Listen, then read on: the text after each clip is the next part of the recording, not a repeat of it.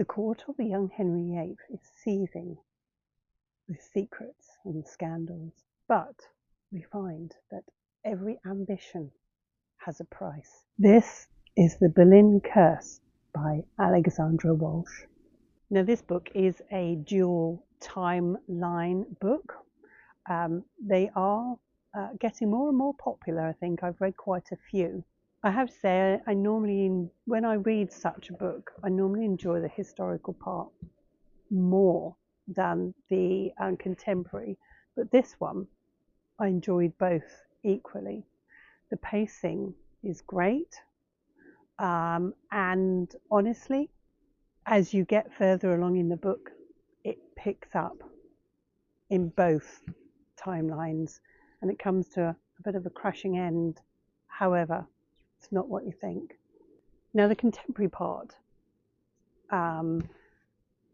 features Tabitha Mundy, who is an archivist, and she goes to this Serenthal Abbey for some work. Now, her employer is a rather lovely lady called Edith, and there are other outside characters as well, but we're just going to feature on those two. Maybe.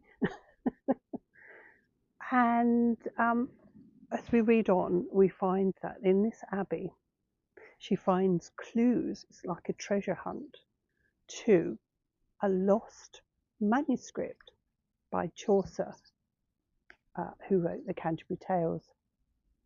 Now, as we do carry on in the book and we go from timeline to timeline, that storyline does mingle between the two, and we find that this manuscript features in the Tudor part and obviously the contemporary part, because this manuscript does have a connection to the Boleyn family. So that's how it connects between the two, and it works really well. Now, the Tudor parts of this book feature Elizabeth Boleyn. Yes, we do have all the other characters, but I would say the main character of the Tudor part is Elizabeth. And we meet her when she was young, and she goes through the ranks of the Howard family, and how she meets Thomas Boleyn and Mary, and, you know, we sort of grow up with her, as it were. Now, Elizabeth Boleyn is the matriarch of the family and the mother of 5 children. Only 3 survive, and that is George, Mary, and Anne. Now, Henry Turd on a Stick, as Lil calls him from Lil's Vintage World. And yeah, I think that's a very good description of him, honestly. And he's like that in this book. I'm not going to spoil too much, but I am going to say that he has an infatuation, a delusional infatuation with Elizabeth. Now, it is written somewhere that he wrote somewhere, never with the mother. But this book explores that statement, but it embellishes it. Elizabeth tries to fend off the fat, ugly guy. Elizabeth tries to fend him off, and he just doesn't hear. He's such a big kid, and he'll stamp his foot and go, "I'm the king," and it's just, honestly, he's a big kid, and he just doesn't listen. And he goes on thinking over the years that they are going to get together. I'm not going to tell you if they do, or whether it happens, or what. But I will say that the curse that's written on this, on the title, but on the cover, on the book,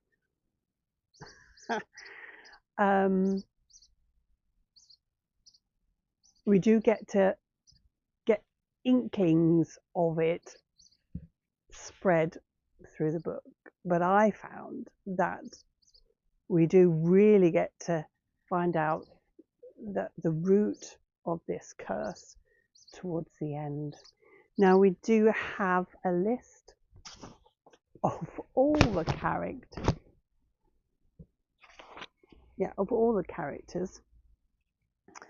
And then we go straight into the story with a prologue.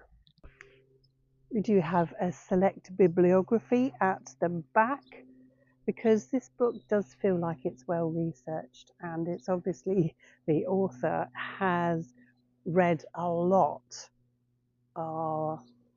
to write this book. And there is a bit at the back where she says, I've done a lot of research and I've always wanted to write about Elizabeth Boleyn, and she has. I really enjoyed it, actually, and I think I'm going to put Alexandra Walsh on my list of more books of hers to be read.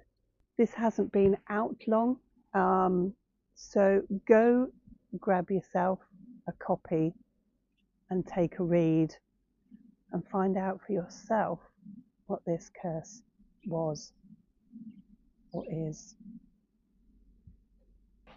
Thank you so much for watching. If you like what you saw, please do come back for more. If you want to become a bookish traveller, you know what to do, and come and join me through my love of history and books. Thank you for watching, and I will see you again very soon in another video. And don't forget to give me a thumbs up. Thanks. Makes me know that I'm doing a pretty decent job. Anyway, gotta go. Bye.